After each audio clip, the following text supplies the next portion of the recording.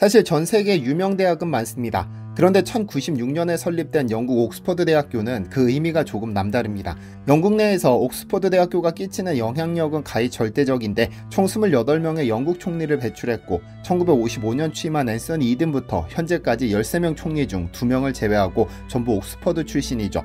학계에 끼치는 영향도 대단해 현재까지 옥스퍼드 출신 노벨상 수상자가 70명이 넘고 빌 클린턴 전 미국 대통령을 포함 전 세계 고위 정치인을 가장 많이 배출한 학교이기도 합니다. 소위 전 세계 명문 중 명문으로 꼽아도 전혀 어색하지 않습니다. 그런데 지금 이 옥스퍼드 대학교가 한국 그리고 한국어 때문에 천지개벽 중입니다. 안녕하세요, 디스멘털입니다. 지난 6월 28일 옥스퍼드 대학교에서는 상당히 흥미로운 행사가 개최됐습니다. 제1회 한국문학 페스티벌인데요.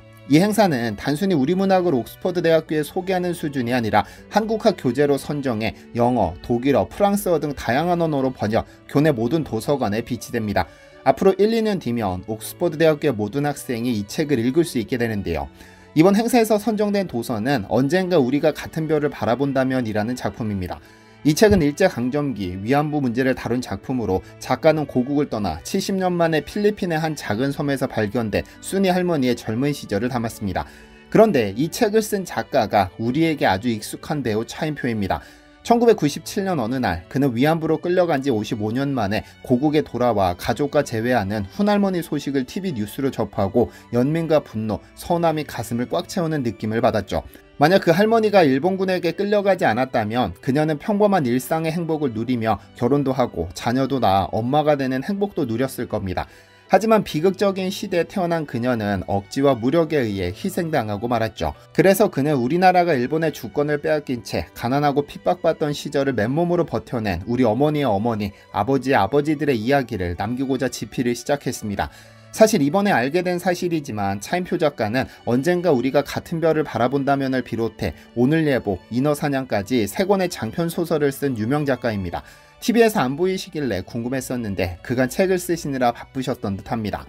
원래 이 책은 2009년에 출간됐으나 인기가 없어 절판되었다가 최근 다시 출간하기 시작해 인어사냥까지 예약 구매를 걸어둔 상황입니다. 옥스퍼드 대학교에서 선정한 도서라고 하니 괜히 읽어봐야겠다는 생각이 듭니다. 이 책이 선정된 이유는 간단합니다.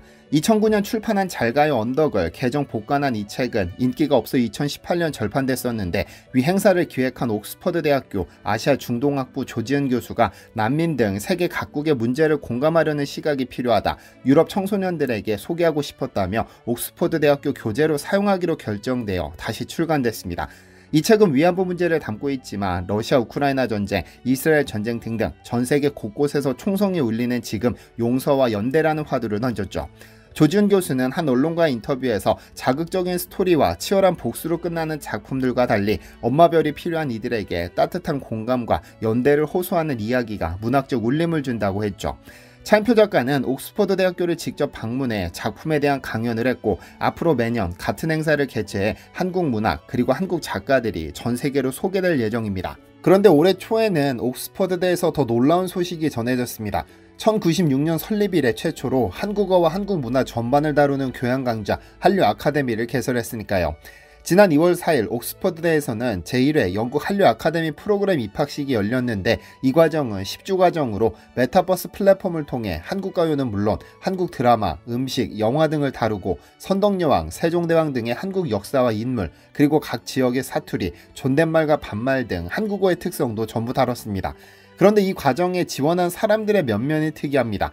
일반인을 대상으로 하기 때문에 누구나 지원이 가능했는데 한국 드라마를 자막 없이 보고 싶어서 신청한 사람들, 방탄소년단을 통해 한국에 관심이 생긴 사람들, 한국 음식과 한복을 계기로 한국에 관심을 갖게 된 사람 등등 중학생부터 대학 교수까지 다양한 연령의 영국 시민 수십 명이 신청해 열흘 만에 90여 명이 몰렸다고 하죠. 그런데 우리는 한국에 살기 때문에 이를 체감하기 어렵지만 전 세계적으로 한류 열풍이 대단하기는 한답니다. 한류의 인기가 높아지면서 유럽 각국에서 한국학 수요가 급증했는데 이미 아시아학부가 존재하는 학교에서는 여러 학과 중에서도 한국학을 콕 집어 전공으로 선택하려는 학생이 늘었고 옥스퍼드대는 지난해 11월에도 고려대와 한류 4.0, 그 새로운 물결 그리고 미래를 위하여란 주제로 공동포럼을 개최하기도 했습니다. 그리고 지난 7월 4일에는 작곡가 겸 음악 프로듀서 김영석이 옥스퍼드대 셸더니언 홀에서 K-팝의 대부로부터 듣는 K-팝 특강과 미니 콘서트를 열었습니다. 사실 옥스퍼드대 입학식과 졸업식이 열리는 셸더니언 홀에서 강연한 최초의 아시아 대중음악인이기는 했지만 그를 케이팝의 대부로 내세울 수 있냐는 일각의 비판도 없었던 것은 아닙니다. 다만 그가 만들어 저작권협회에 등록한 곡만 1200곡에 달하고 그 안에는 신승훈의 I Believe, 김건모의 아름다운 이별, 솔리드의 이 밤의 끝을 잡고, 박진영의 너의 뒤에서, 임창정의 그때 또다시, 성시경의 내게 오는 길, 유승준의 나나나 등등이 포함됩니다. 대한민국 K-팝의 대부로 불러도 전혀 어색하지 않은 인물이죠.